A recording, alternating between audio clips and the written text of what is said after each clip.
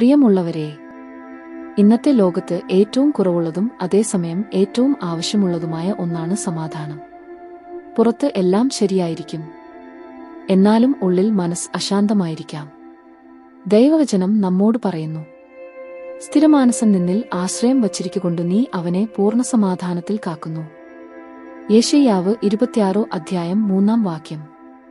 ഈ വചനത്തിൽ ദൈവം ഒരു സത്യം വെളിപ്പെടുത്തുന്നു. സമാധാനം സാഹചര്യങ്ങളിൽ നിന്നല്ല, ദൈവത്തിൽ നിന്നാണ്. സ്ഥിരമാനസൻ എന്നത് വളരെ പ്രധാനപ്പെട്ട ഒരു വാക്കാണ്.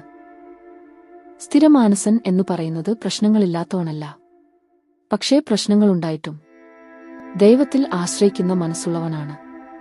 നമ്മുടെ ജീവിതത്തിൽ കൊടുങ്കാറ്റുകൾ വരും, ആശങ്കകൾ വരും, ഭയങ്ങൾ വരും.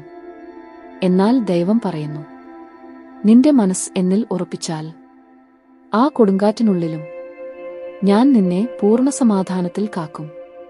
ലോകം നൽകുന്ന സമാധാനം താൽക്കാലികമാണ്, പക്ഷേ ദൈവം നൽകുന്ന സമാധാനം ഹൃദയത്തെയും മനസ്സിനെയും കാവലാളായി കാത്തുനിൽക്കും. പ്രിയരേ, ഇന്ന് നമ്മൾ ഒരു തീരുമാനം എടുക്കാം. നമ്മുടെ മനസ്സ് സാഹചര്യങ്ങളിൽ അല്ല, ദൈവത്തിൽ ഉറപ്പിക്കാം. അപ്പോൾ ഈ വാഗ്ദാനം നമ്മുടെ ജീവിതത്തിലും സാക്ഷാത്കരിക്കും. സ്ഥിരമാനസൻ ദൈവത്തിൽ ആശ്രയിക്കുമ്പോൾ പൂർണ്ണസമാധാനം അവന്റെ അവകാശമാണ്. ആമേൻ.